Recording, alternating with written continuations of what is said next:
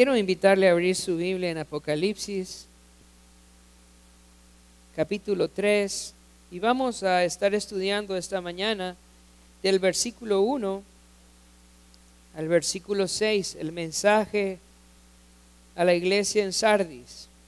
Apocalipsis 3, del 1 al 6. Dice así: escribe al ángel de la iglesia en Sardis, el que tiene los 7 espíritus de Dios y las 7 estrellas, dice esto: yo conozco tus obras y que tienes nombre de que vives y estás muerto. Sé vigilante y afirma las otras cosas que están por morir, porque no he hallado tus obras perfectas delante de Dios. Acuérdate pues de lo que has recibido y oído, y guárdalo, y arrepiéntete, pues si no velas, vendré a ti como ladrón, y no sabrás a qué hora vendré sobre ti. Pero tienes unas pocas personas en Sardis que no han manchado sus vestiduras y andarán conmigo en vestiduras blancas, porque son dignas. El que venciere será vestido de vestiduras blancas, y no borraré su nombre del libro de la vida, y confesaré su nombre delante de mi Padre y delante de sus ángeles. El que tiene oído, oiga lo que el Espíritu dice a las iglesias. Si pudiésemos describir en una frase cuál sería la condición de la iglesia en Sardis, diríamos que la iglesia en Sardis es la iglesia muerta, una iglesia que murió. Al igual que las otras cartas, el versículo 1 comienza diciendo: escribe al ángel de la iglesia en Sardis, y luego comienza a describir al remitente, que es a nuestro Señor Jesucristo. Esta vez lo describe así: el que tiene los 7 espíritus de Dios. Los 7 espíritus de Dios. Habíamos estudiado anteriormente que el número 7 representa la plenitud. Cuando la Biblia dice que Jesús tiene los 7 espíritus de Dios, no está diciendo que Dios tiene 7 espíritus. Lo que está diciendo es que Él tiene la plenitud del Espíritu de Dios. Cuando vamos al libro de Isaías, capítulo 11, versículo 2, y se describe allí al Mesías prometido. En el versículo 2 dice que sobre Él iba a reposar el Espíritu de Jehová, y da 6 atributos del Espíritu de Dios, no porque solo tenga 6, pero es solo un ejemplo de todo lo que involucra el Espíritu de Dios, todas sus cualidades. Dice el versículo 2: y reposará sobre él el Espíritu de Jehová, Espíritu de sabiduría y de inteligencia, Espíritu de consejo y de poder, Espíritu de conocimiento y de temor de Jehová. Entonces, cuando dice que Él tiene los 7 espíritus de Dios, está diciendo que Él tiene la plenitud del Espíritu con todos sus atributos. Ahora, no solo tiene los 7 espíritus de Dios, sino que también tiene las 7 estrellas. Ya habíamos estudiado que eran las 7 estrellas en el capítulo 1, versículo 20. Apocalipsis capítulo 1, versículo 20 dice: el misterio de las 7 estrellas que has visto en mi diestra y de los 7 candeleros de oro. Las 7 estrellas son los ángeles de las 7 iglesias. Entonces, estas 7 estrellas que tiene el Señor representan los 7 ángeles de las 7 iglesias. Ahora, ángel literalmente significa mensajero.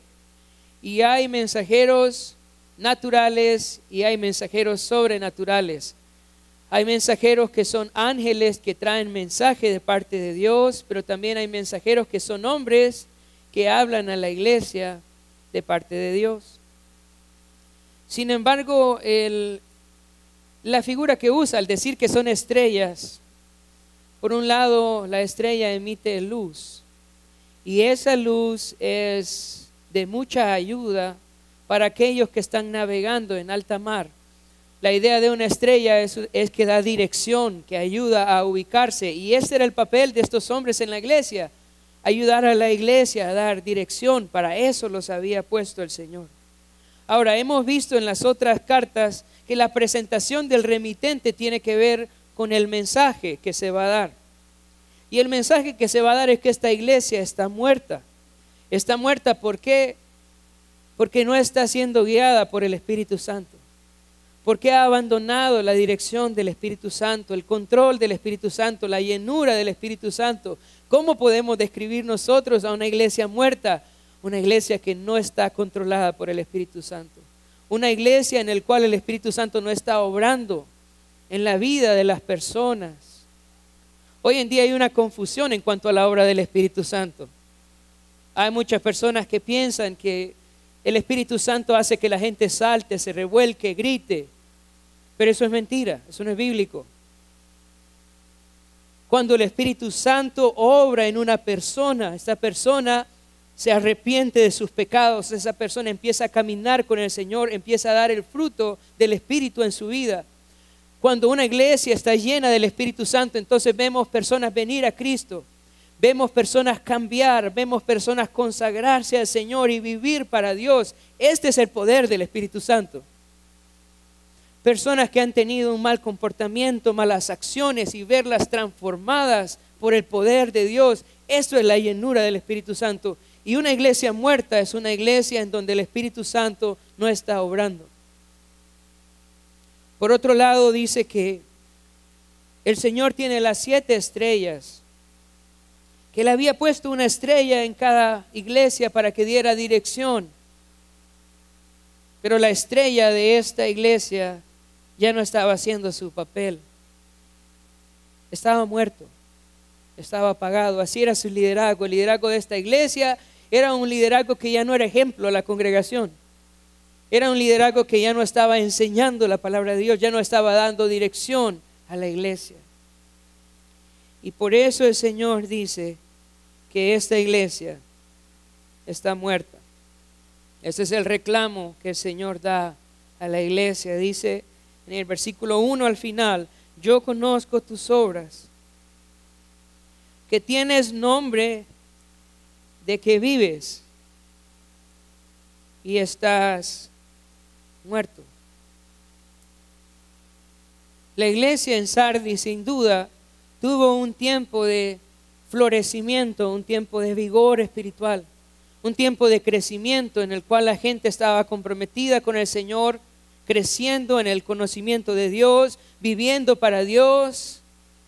Pero en algún momento la historia cambió para esta iglesia y se volvió una iglesia fría, una iglesia apática, una iglesia que dejó que el pecado entrara en ella y el pecado la llevó a la muerte. Qué peligroso, hermanos, es no estar vigilante. Qué peligroso es pensar que estamos bien, porque en el pasado hicimos cosas buenas. La Biblia dice que la senda del justo es como la luz de la aurora que va en aumento hasta que el día es perfecto. Así que, ¿qué espera el Señor de mi relación con Él? Que sea una relación que está creciendo cada día, creciendo cada día. Si nosotros decimos, recuerdo cuando yo servía al Señor. Si decimos, recuerdo cuando yo amaba al Señor y era fiel al Señor, ¿qué estamos diciendo? Estamos diciendo que somos como Sardis, una iglesia que vive del recuerdo. Porque si antes amaba al Señor, ¿qué se espera de mí ahora? ¿Que lo ame igual? No, que lo ame más. Esa es una iglesia viva, una iglesia que está creciendo. Que si antes estamos comprometidos con el Señor, ahora estamos comprometidos más. ¿Por qué? Porque la senda del justo es como la luz de la aurora que va en aumento. Hermanos, el Señor ha hecho muchas cosas en Impacto, muchas cosas. Han habido hermanos fieles que han trabajado en la obra de Dios. Han sido generosos, comprometidos, y por eso hemos llegado hasta aquí. El Señor nos ha dado una iglesia grande, una iglesia muy bendecida en muchos aspectos. Pero la pregunta no es lo que el Señor nos ha dado, lo que los hermanos hicieron en el pasado. La pregunta importante esta mañana es, ¿qué vamos a hacer nosotros? Esa es la pregunta. La pregunta importante es, ¿qué estamos haciendo ahora? Esta es la pregunta importante. ¿Qué está haciendo usted ahora por el Señor? Porque el problema con la iglesia en Sardis es que hizo mucho por el Señor, pero ahora estaba muerta. Pablo decía, ciertamente olvidando lo que queda atrás, me extiendo a lo que está delante. Y cuando uno piensa en olvidar lo que está atrás, normalmente piensa en sus fracasos. Pero yo quiero decirte que es importante no solamente olvidar tus fracasos, sino también olvidar tus victorias. Porque tus victorias del pasado no son suficientes para vivir tu presente hoy. Si antes hiciste mucho por el Señor, qué bueno, no importa. Lo importante es que estás haciendo hoy por el Señor. Si antes diste mucho de tu tiempo, de tus recursos para el Señor, qué bueno, pero eso no importa. Lo importante es que estás haciendo para el Señor hoy. Porque si hoy no estás haciendo nada, lo que este pasaje dice, que estás muriendo o estás muerto. No podemos vivir a la sombra del pasado. Necesitamos servir al Señor hoy, ahora. Amar al Señor hoy, ahora. Estar comprometidos con la obra del Señor hoy. No igual que ayer, más que ayer. Cada día más. Ahora, algo bonito es que el Señor no solo muestra el pecado de la iglesia, sino que también le da la medicina. Y en este pasaje vamos a encontrar 5 órdenes, 5 imperativos que el Señor le da a la iglesia para poder trabajar con esta muerte espiritual que había en la iglesia. Dice el versículo 2, sé vigilante. Es el primer imperativo. Despierta, despiértate. Mira los problemas. Mira la necesidad. Mira las cosas que no se están haciendo. Mira las cosas que faltan. Mira, despierta. A veces, hermanos, pensamos que cerrando los ojos los problemas se van a arreglar, que mañana las cosas van a ser diferentes.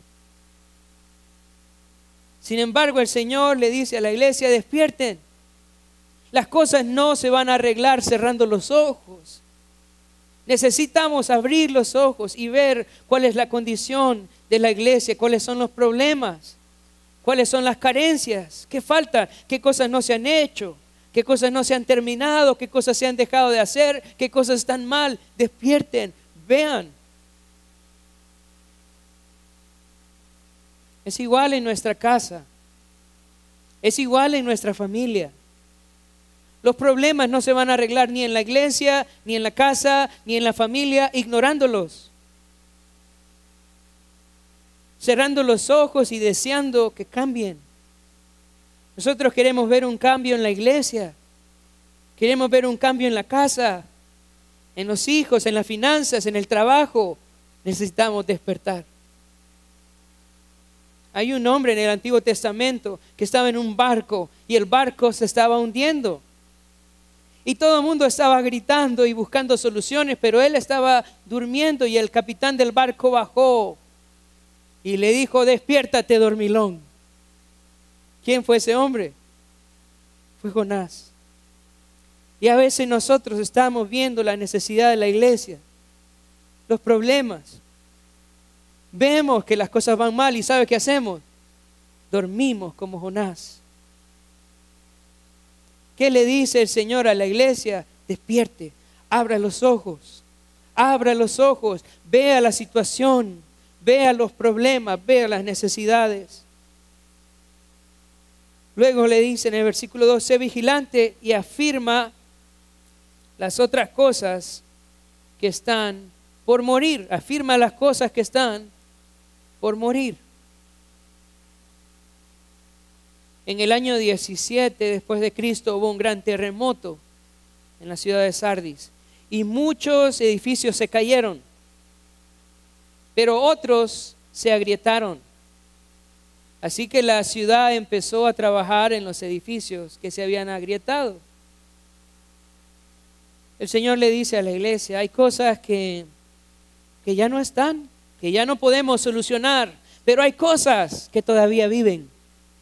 Trabaja en esas cosas que todavía puedes arreglar, en esas cosas que todavía hay remedio, trabaja en eso. Saben, hermanos, hay cosas que nosotros no podemos arreglar, cosas que no podemos cambiar, cosas que por las cuales no podemos hacer absolutamente nada, pero de repente hay cosas que sí puedes hacer.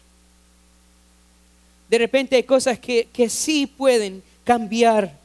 Y esas son las cosas en las cuales el Señor quiere que trabajemos. Hay cosas que no podemos cambiar en la iglesia. Simplemente ya pasaron.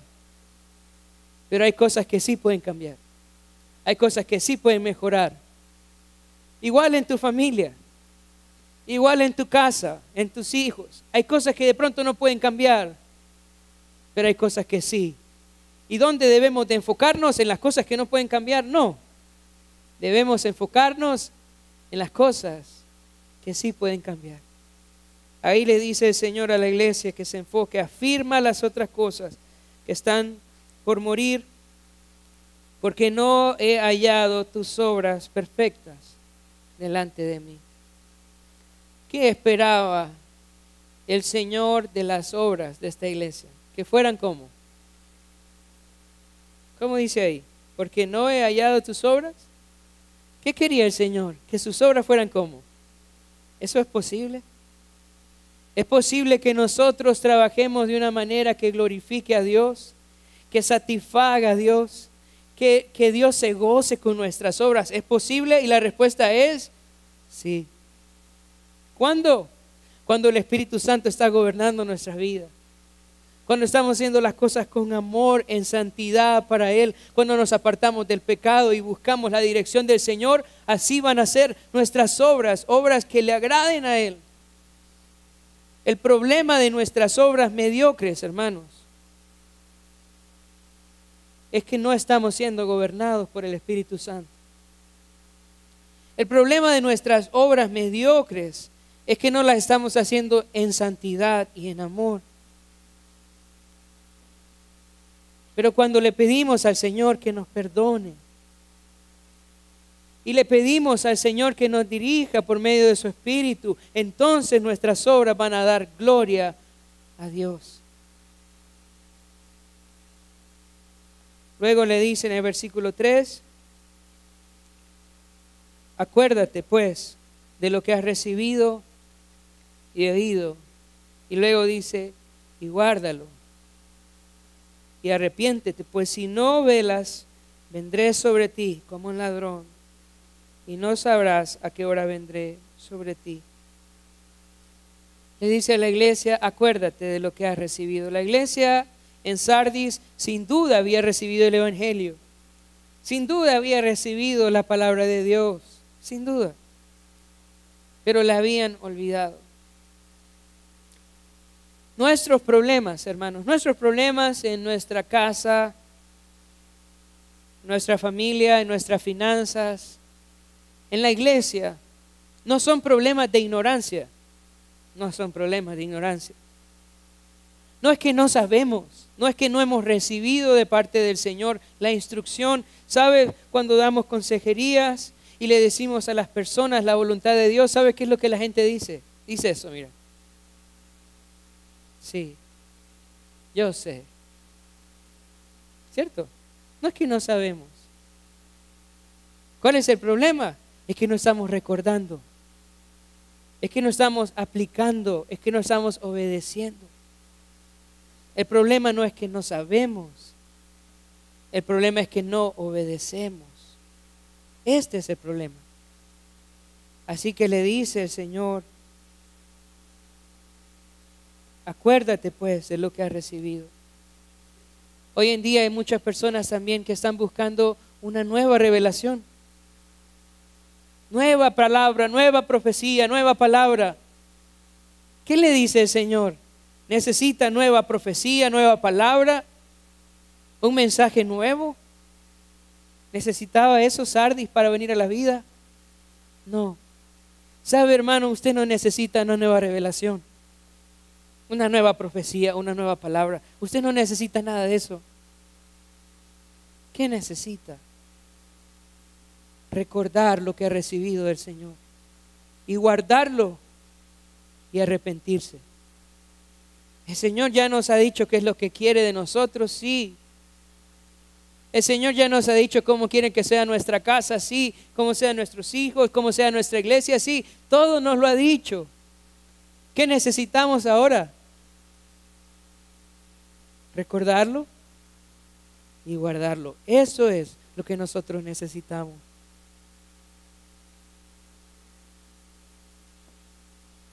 Ahora el Señor va a reconocer algo acá en la iglesia. Versículo 4. Dice, pero tienes unas pocas personas en Sardis que no han manchado sus vestiduras y andarán conmigo en vestiduras blancas porque son dignas.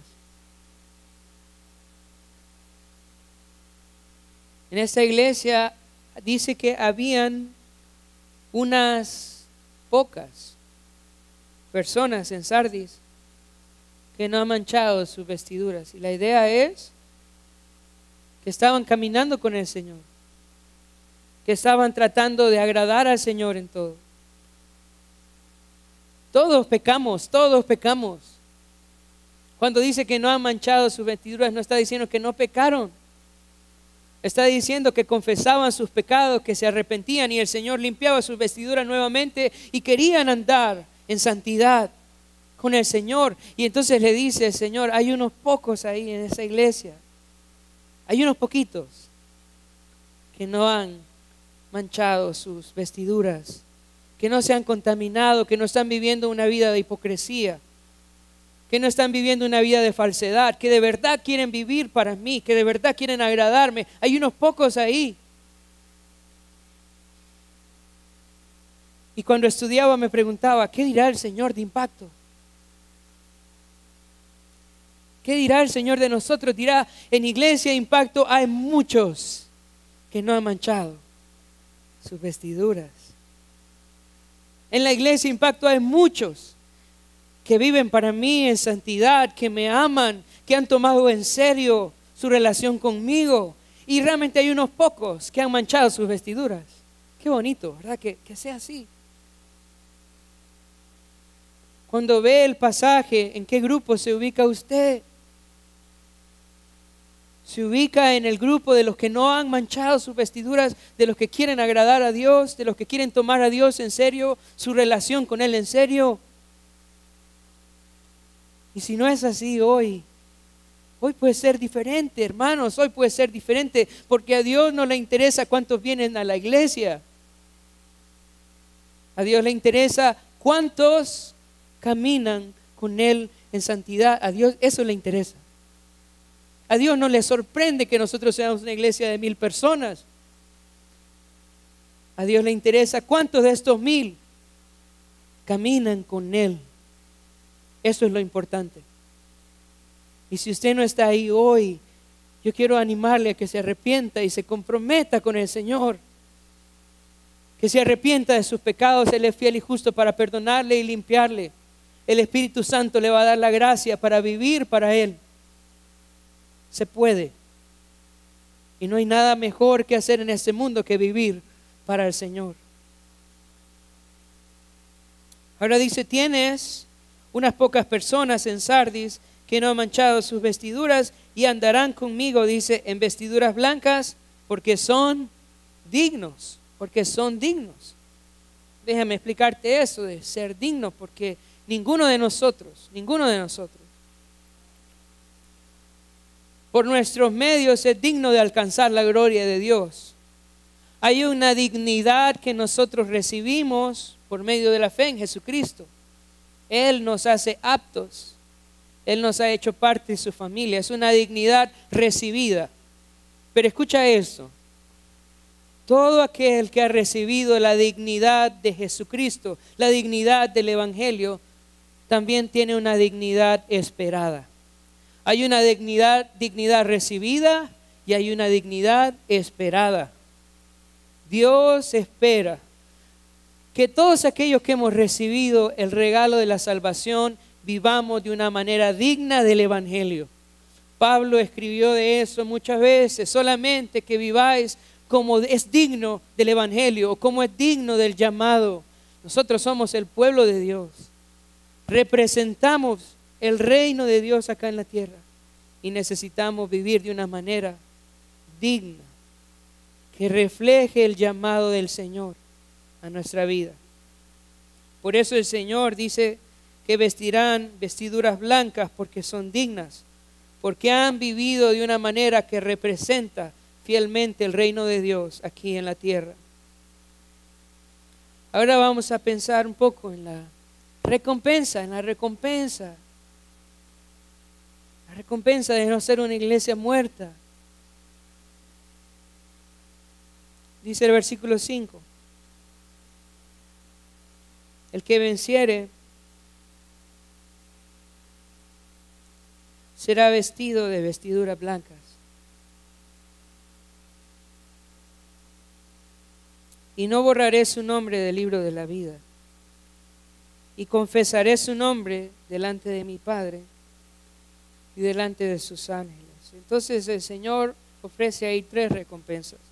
La primera es que el que venciere le va a dar vestiduras blancas. La ciudad de Sardis era famosa por la producción de lana. A mí me encanta cómo el Señor usa todos estos aspectos para hablarle a la iglesia y enseñarle. Y le dice, mira, al que venciere le voy a dar vestiduras blancas. Las vestiduras blancas son un símbolo de la santidad permanente en la vida de un creyente que ha sido glorificado, que está en la presencia de Dios, le da vestiduras blancas.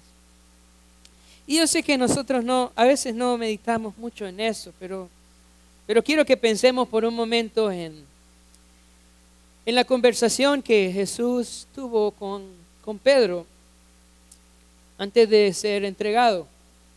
Estaba hablando Jesús con sus discípulos y le dice a Pedro, yo te digo que antes de que cante el gallo tú me vas a negar 3 veces, ¿verdad? Y Pedro diciendo, no,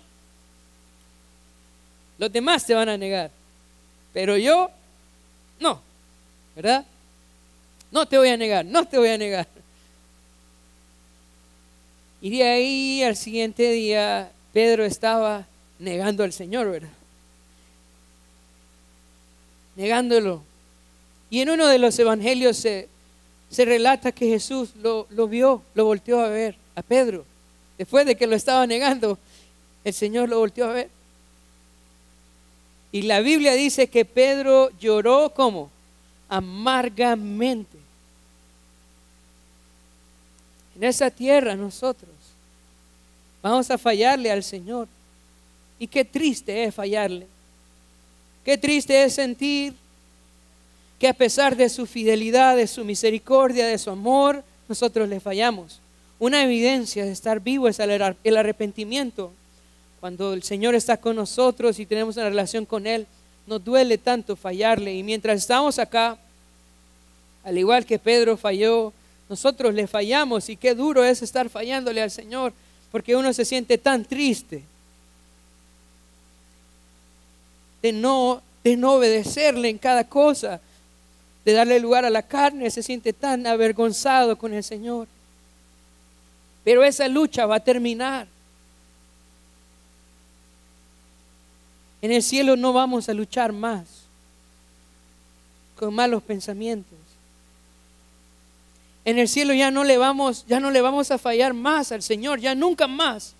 El Señor nos va a dar santidad permanente. El tiempo de luchar contra el pecado y contra esta naturaleza es aquí. Pero cuando estemos con Él, Él nos va a dar vestiduras blancas. Y ya nunca más le vamos a fallar. Nunca más. Esa es la primera recompensa. Se termina esta lucha contra el pecado. El Señor nos da su santidad permanente. Luego dice, el que venciere será vestido de vestiduras blancas. Dice, y no borraré su nombre del libro de la vida. Esta es otra promesa para el cristiano verdadero. Escucha eso. No borraré su nombre del libro de la vida. Léanlo bien. Lo que el Señor está diciendo es que Él no va a borrar su libro de la vida. Si usted es un creyente verdadero, si usted realmente le ha rendido su vida a Jesucristo, el Señor le está diciendo, yo no voy a borrar tu nombre. Muchos dicen, entonces quiere decir que el Señor borra el nombre. No. Lo que está diciendo el pasaje es que el Señor no borra el nombre. Es lo contrario. Si usted no es, escucha eso y ponle atención. Si usted no es un cristiano verdadero, el Señor no es que va a borrar su nombre, es que no lo va a apuntar. ¿Entiende la diferencia? Si usted es un cristiano verdadero, el Señor anotó su nombre y no lo va a borrar. Este pasaje habla de la seguridad que tenemos en Cristo, de la vida eterna. Pero si usted no es un cristiano verdadero, si usted no es un discípulo verdadero, si usted es un cristiano de apariencia, el Señor no es que lo va a borrar. El Señor es que nunca lo apuntó. Nunca lo apuntó.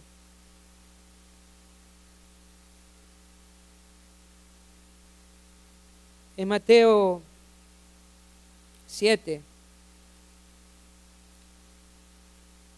en el versículo 21.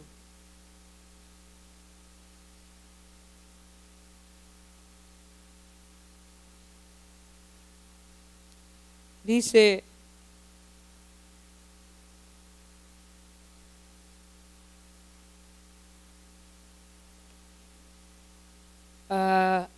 no todo el que me dice Señor, Señor entrará en el reino de los cielos, sino el que hace la voluntad de mi Padre que está en los cielos. Versículo 22, muchos me dirán en aquel día, Señor, Señor, no profetizamos en tu nombre, y en tu nombre echamos fuera demonios, y en tu nombre hicimos muchos milagros. Escucha el 23, dice, entonces les declararé que, escucha eso, nunca os conocí, apartaos de mí, hacedores de maldad. El Señor no le va a decir, ¿sabes qué? Sí te conocía, pero te borré. Nunca te conocí. Nunca fuiste parte.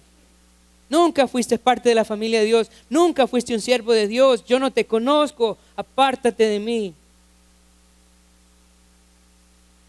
Eso de borrar nombres, eso es para nosotros, las personas que no conocemos el futuro, que no tenemos omnisciencia. Pero el Señor sabe quiénes son los de Él, ¿o no? Él sabe el final de las cosas desde antes que comiencen. ¿Saben quiénes son los que cometen manchones de borrar? Nosotros, los que no sabemos. Pero Él sabe. Él no anota y luego borra. Él sabe quién es de Él. Y al que Él anota ahí, no lo va a borrar. No lo va a borrar nunca. Tercer beneficio. Recompensa. Dice, confesaré su nombre delante de mi Padre y los ángeles. Y esto es una recompensa muy, muy bonita. Mira eso. Es como cuando vas a la casa de un amigo y sale su papá y te dice, usted es David, el famoso David. A mi hijo me ha hablado mucho de usted. Pase, esta es su casa. Y todos en la casa te conocen, aunque nunca has estado ahí, todos te conocen. Porque el hijo de esa casa ha hablado de su padre, ha hablado de sus hermanos, de cuánto te quiere, cuán especial sos para él. Y lo que está diciendo este pasaje es que cuando lleguemos al cielo no vamos a llegar como nuevos, sino como alguien a quien el Padre conoce y los ángeles conocen.